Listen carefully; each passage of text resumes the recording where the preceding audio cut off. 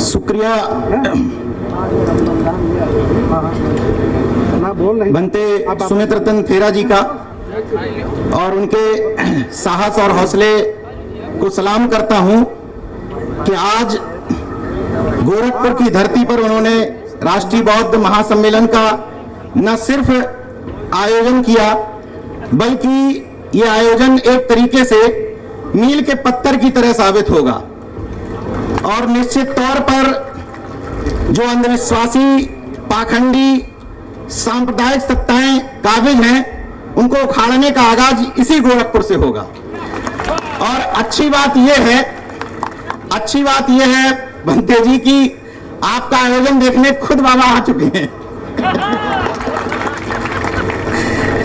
आपने विशिष्ट अतिथि के तौर पर उनको बुलाया था तो दर्शक दीर्घा में बैठ करके सारा आयोजन देख रहे हैं। ये हौसले की बात है और ये हौसला मिलता कैसे है? आप तमाम सारे लोगों के साहस देने से। मंच पर जितने लोग बैठे हुए हैं उन सभी लोगों को नमन करता हूं, पूरे देश भर से लोग आए हैं, लेकिन उनसे ज्यादा नमन आप लोगों को है, क्योंकि अगर यहां बैठे हुए लोग का वजूद तब तक है जब तक यहां बैठे हुए लोग उनके साथ हैं। बहुत सही, वरना उनका वजूद खत्म हो जाता।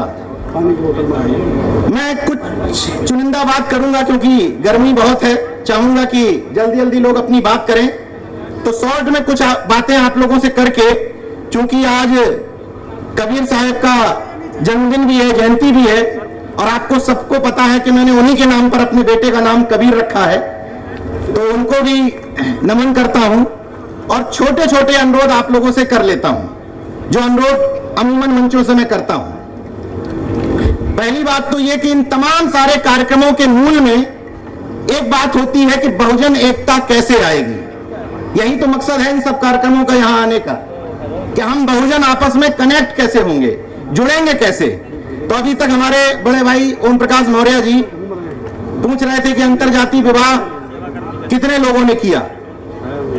बाबा साहब से लेकर एनिमेशन और कास्ट में उन्होंने जी लिखा, संतराम बीए प्रजापति ने जाति पाति तोड़क मंडल में भी इसी बात पर जोर दिया कि अंतरजातीय विवाह से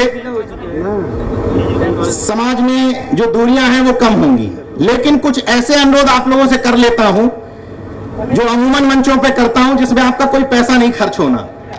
जैसे जब आप बहुजन समाज के कार्यक्रम में जाएं, आप किसी बर्थडे में जा रहे हैं, किसी शादी विवाह में जा रहे हैं, वो अलग बात है, लेकिन जब आप बहुजन कॉन्सेप्ट के किसी कार्यक्रम में जाएं और अगर 4 व्हीलर से जा रहे हैं और 4 व्हीलर में 5 सीट हैं, 2 व्हीलर से जा रहे हैं उसमें 2 लोग बैठे हैं, तो आपकी 4 व्हीलर में 5 लोग एक जाति के नहीं होने चाहिए, आपके 2 व्हीलर में दोनों लोग एक जाति के नहीं होने चाहिए। बहुत सही। जब आप बहुजन एकता के कार्यक्रमों में जाएं, समस्या ये आती है कि जब आपसे कहा जाता है कि कर्पूरी ठाकुर के लोगों को जोड़ो, जब आपसे कहा जाता है कि संतराम बीए प्रजापति के लोगों को जोड़ो, जब आपसे कहा जाता है कि शिवदयाल चौरसिया जी के लोगों को जोड़ो, जब आपसे कहा जाता है माता दीन भंगी के समाज के लोगों को जोड़ो, तो आप कहते हैं कि हम ट्राई बहुत मार रहे हैं, जुड़ नहीं रहे हैं। मैं माफी चाहता हूं ये कहते हुए कि आप ट्राई ठीक ढंग से नहीं मार रहे हैं। आप जिनको सुबह से शाम तक गाली देते हैं वो लोग मेरे जैसे लोगों को, जिसके बारे में क्लियर कट है कि किस तरफ खड़ा है, आज तक मेरे जैसे लोगों को ट्राई मारना खत्म नहीं किया उन्होंने। और हम अपने बगल के अपने भाई को ट्राई मारना बंद कर देते हैं ये कहते हुए कि वो तो उस पाले में खड़ा हो गया। जब तक बाबा साहब की जयंती पर मुख्य अतिथि धोबी समाज का नहीं बनाओगे, जब तक बाबा साहब की जयंती पर मुख्य अतिथि भंगी समाज का नहीं बनाओगे, वाल्मीकि समाज का, जब तक रामस्वरूप वर्मा की जयंती पर मुख्य अतिथि नाई समाज का नहीं बनाओगे, जब तक पेरियार ललन यादव की जयंती पर आयोजक और मुख्य अतिथि प्रजापति समाज से नहीं बनाओगे, परिवर्तन नहीं आने वाला है। ये मैंने चुनिंदा समाज के उदाहरण बताए हैं, हमें करना यही है। अभी हो ये रहा है जो पहले फेज के जागरूक हैं, जैसे जागरूकता की कई सारी श्रेणियां हैं, जो पहले फेज के जागरूक हुए, जैसे जो कुर्मी जाति का व्यक्ति, पटेल समाज का व्यक्ति मानसिक रूप से गुलामी का शिकार है, थोड़ा बहुत जागरूक हुआ जाति के आधार पर वो सरदार पटेल की जयंती मनाएगा, थोड़ा बहुत जागरूक हो जाएगा तो छत्रपति साहू जी महाराज की मनाएगा, थोड़ा और जागरूक हो जाए तो रामस्वरूप वर्मा की मनाएगा। तो तुम जागरूक नहीं हुए। जागरूकता का पैमाना तब होगा जब तुम शिवदयाल चौरसिया की जयंती मनाना शुरू करोगे। बहुत सही, बहुत सही। समस्या ये है कि भाई आप दूसरे समाजों को ज्ञान देते हैं। दिक्कत ये है कि अगर नाई समाज के लोग कर्पूरी ठाकुर की जयंती ना मनाए तो मनाएगा कौन? दिक्कत यहां पर है। तो मनाने की जिम्मेदारी उन समाजों की है जो ठेका लिए घूम रहे हैं कि हम संख्या में ज्यादा हैं। उनकी जिम्मेदारी है बड़ा दिल दिखाने की, बड़ा भाई बनने की। सत्ता परिवर्तन की जब बात होती है ना, मैं कहता हूं कि सत्ता में बैठे हुए जो विपक्षी दलों के लोग हैं, किसी का नाम नहीं लूंगा, जो 2-3 पार्टियां हैं, समझ जाइए, जब उन पार्टियों के राज में लोगों को यह एहसास होने लगेगा कि अगर हमारी सत्ता आएगी तो तुम हमारे विश्वकर्मा भाई को छू नहीं पाओगे, उस दिन सत्ता परिवर्तन हो जाएगा। यह एहसास जिस दिन दिला दोगे कि जिस दिन हमारी सत्ता आएगी तुम हमारे दलित भाइयों की तरफ उंगली टेढ़ी नहीं कर पाओगे, उस दिन सत्ता आ जाएगी। मगर ये सॉफ्ट हिंदुत्व से सत्ता नहीं आएगी। ये सॉफ्ट हिंदुत्व का जो खेल है ना, कि कभी हाथ में संविधान उठा लेना, कभी फरसा उठा लेना, कभी गणेश पकड़ लेना, ऐसे सत्ता नहीं आएगी। क्लियर कट होना पड़ेगा। कर्नाटक से यह संदेश मिल चुका है कि स्पष्ट तौर पर कहा था कि बजरंग दल बैन कर देंगे, लेकिन बजरंग बली के सामने झुके नहीं, तब सत्ता आई है, वहां पर परिवर्तन हुआ है। इसका मतलब तुम्हें यह क्लियर कट करना पड़ेगा कि तुम मंडल के साथ हो कि कमंडल के साथ हो।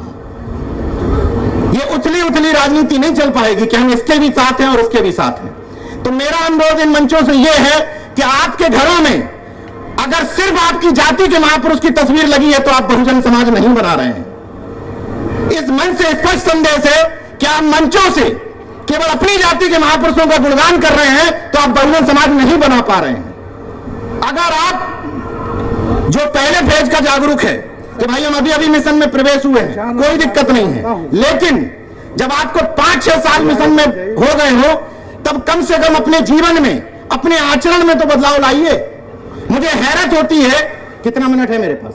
2 मिनट। 2 मिनट। मुझे हैरत होती है इस बात की कि जब लोग कहते हैं कि गोरखपुर में पाखंड विरोध की बात हो रही है, मेरठ में पाखंड विरोध की बात हो रही है, आगरा में पाखंड विरोध की बात हो रही है, मुंबई में पाखंड विरोध की बात हो रही है, तो जब इतने बैठे हुए लोग सब पाखंड विरोधी हो गए तो पाखंड कर कौन रहा? ये दुकानें कैसे चल रही है? मेरी तो ये तकलीफ है।